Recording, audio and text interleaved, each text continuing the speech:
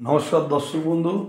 2024 সালে মিথুন লগ্ন যে সমস্ত জাতক জাতিকারা আছে তাদের 2024 সাল কেমন যাবে বা কি কি হবে, দশা অন্তর্দশা উপরে নির্ভর এবং গোচরের উপরে নির্ভর।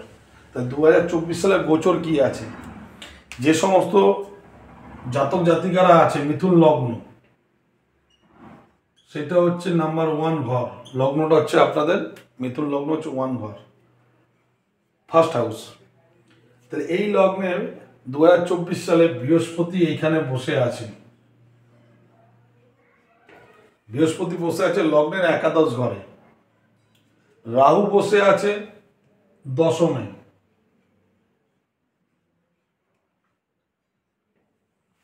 শনি বসে আছে নবমে। তা রাহু 1 বছর থাকবে 2024-এ, 1.5 বছর থাকবে।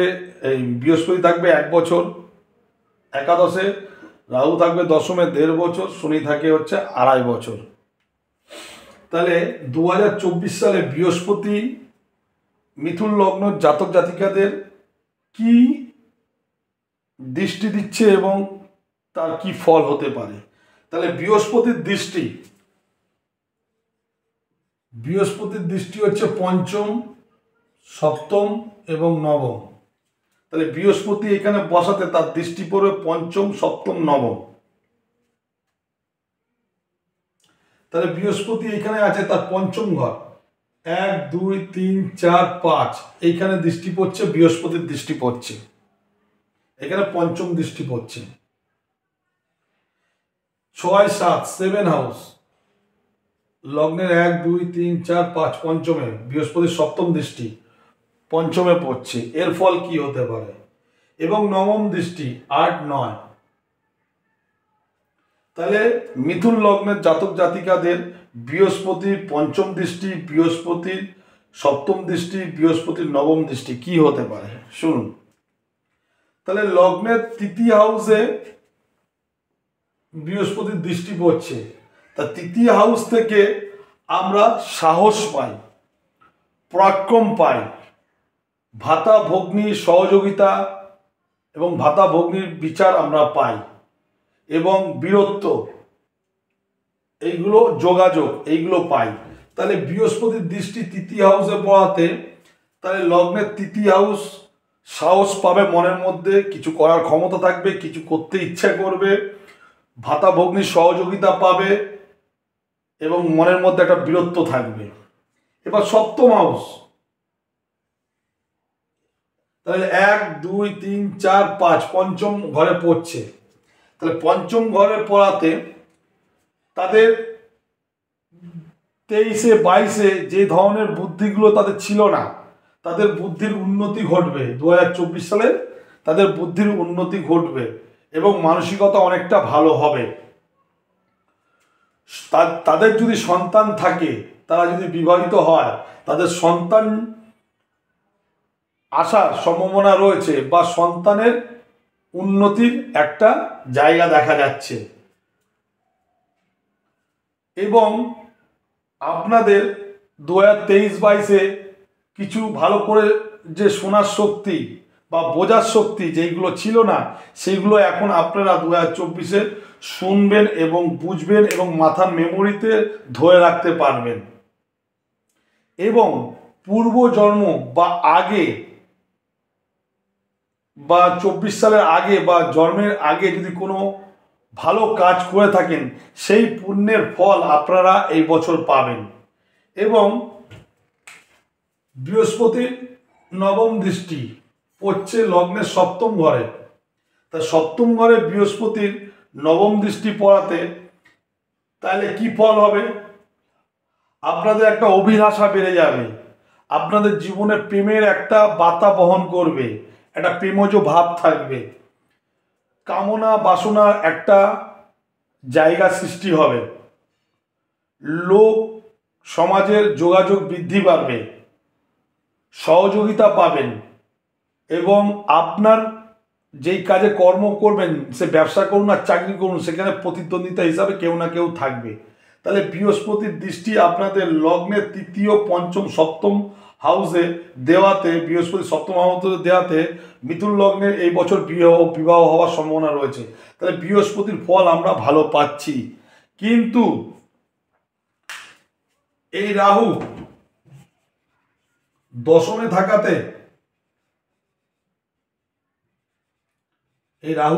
থাকাতে, আপনাদের রাহুর দৃষ্টি পড়বে হচ্ছে আপনার লগ্নের কোন ঘরে পড়বে রাহুর দৃষ্টি? রাহু পঞ্চম দৃষ্টি, সপ্তম দৃষ্টি, নবম দৃষ্টি এবং দ্বাদশ দৃষ্টি। তাহলে রাহু এখানে বসে আছে, আপনাদের 10 নম্বর হাউসে বসে আছে। তাহলে 10 নম্বর হাউসে পঞ্চম দৃষ্টি, 1 2 3 4 5 আপনাদের এখানে পড়েছে রাহুর দৃষ্টি। তাহলে পঞ্চম দৃষ্টি পড়াতে আপনাদের হঠাৎ প্রাপ্তির যোগ বা হঠাৎ সেভিংস অ্যাকাউন্ট বেড়ে যেতে পারে। কিন্তু রাহুর দ্বারা যে অর্থ আমরা প্রাপ্তি করি সেই অর্থ আবার রাহুর দ্বারাই চলে যাওয়ার সম্ভাবনা আছে। তাহলে এটা পঞ্চম দৃষ্টি দ্বিতীয় হাউসে পড়াতে। এবার সপ্তম দৃষ্টি 6 7, তাহলে লগ্নের চতুর্থ ঘরে রাহু সপ্তম দৃষ্টি পড়াতে আপনাদের মাতার সঙ্গে একটা মনোমালিন্য চলবে।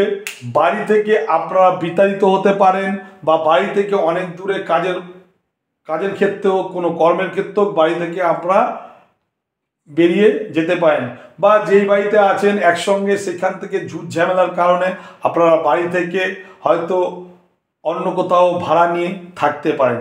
এবং মানসিক মনের মধ্যে একটা রাগ, একটা দুঃখ, একটা কষ্ট, একটা জ্বালা সৃষ্টি হবে। তার চতুর্থ হাউসে রাহু সপ্তম দৃষ্টি পড়াতে, রাহুর নবম দৃষ্টি 7 8 9 এই ঘরে পড়াতে, রাহুর দৃষ্টি এই ঘরে পড়াতে মিথুন লগ্নের জাতক জাতিকাদের 1 2 3 4 5 6 আপনাদের শরীর খারাপ হওয়ার সম্ভাবনা রয়েছে।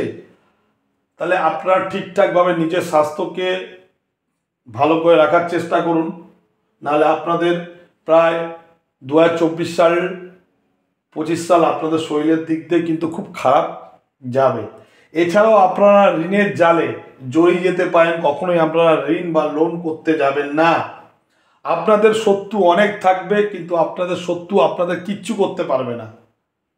তাহলে আপনাদের শত্রুর সংখ্যা বাড়বে, কিন্তু শত্রু আপনাদের কিছু করতে পারবে না।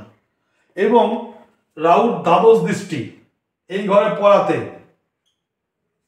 তাহলে আপনার নবম ঘরে পড়াতে আপনাদের ভাগ্যের দিকে কিছুটা নির্ভর করবে আপনাদের কোন নক্ষত্রের উপরে রাহু রয়েছে। নক্ষত্র যদি মিত্র নক্ষত্র বা ভালো নক্ষত্র হয় তাহলে আপনাদের ভাগ্যের জায়গাটা খুলতে পারে, আর যদি প্রতারিত নক্ষত্র বা বদ্র নক্ষত্র যদি হয় তাহলে আপনাদের ভাগ্যের জায়গা থেকে অনেক ডিস্টার্ব আসবে। এই হচ্ছে 2024-এর গোচর। এবং শনি বসে আছে আপনাদের নবমে। শনির দৃষ্টি হচ্ছে তৃতীয়, সপ্তম এবং দশম। তাহলে মিথুন লগ্নের জাতক জাতিকাদের শনির দৃষ্টি তৃতীয়, 1 2 3 যেখানে বৃহস্পতি বসে আছে সেই ঘরে তৃতীয় দৃষ্টি দিচ্ছে। তাহলে তৃতীয় দৃষ্টি আপনাদের একাদশ ঘরে দিচ্ছে। তাহলে বৃহস্পতি আর শনি থাকাতে আপনাদের একাদশ ঘরে যে ক্ষতিটা হওয়ার কথা ছিল অতটা হবে না।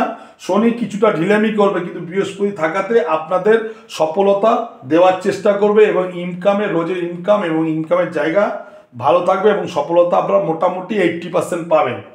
তৃতীয় হাউসের দৃষ্টি শনির এবার সপ্তম দৃষ্টি 1 2 3 4 5 6 7, তাহলে সপ্তম দৃষ্টি আপনার লগ্নের তৃতীয় হাউসে পড়ছে। আপনাদের তৃতীয় হাউসে পড়াতে যেমন বৃহস্পতি আপনাদের যেমন সাহস একটা দিয়ে দেয়, শনি সেই সাহসটাকে কিছুটা কমিয়ে দিতে চাইবে, বা পারবো কি পারবো না, হবে কি হবে না, এরকম একটা জায়গা করবে। এবং যোগাযোগের জায়গাটা যেটা বৃহস্পতি ভালো করছে, শনি সেই জায়গাটা একটু ধিমিয়ে দেবে, কিন্তু তথাপি শনি আপনাদের রেজাল্ট ভালো দেবে।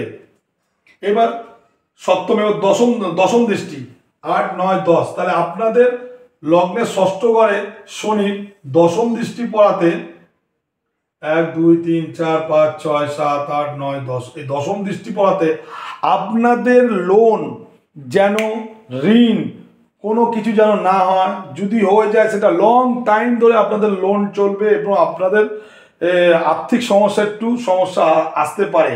আর যদি শরীর খারাপ যদি থাকে, সেই শরীর খারাপ আপনাদের অনেক দিন ধরে ভোগাতে থাকবে এবং রাহু শরীর খারাপটাকে বাড়িয়ে দেবে। তাহলে সেই বিশেষ করে আপনাদের ষষ্ঠম ঘরে শনি আর রাহু দৃষ্টি পড়াতে আপনাদের রোগের সম্ভাবনা বাড়বে। আশা করি ভিডিওটি ভালো লাগলে লাইক করুন এবং শেয়ার করুন।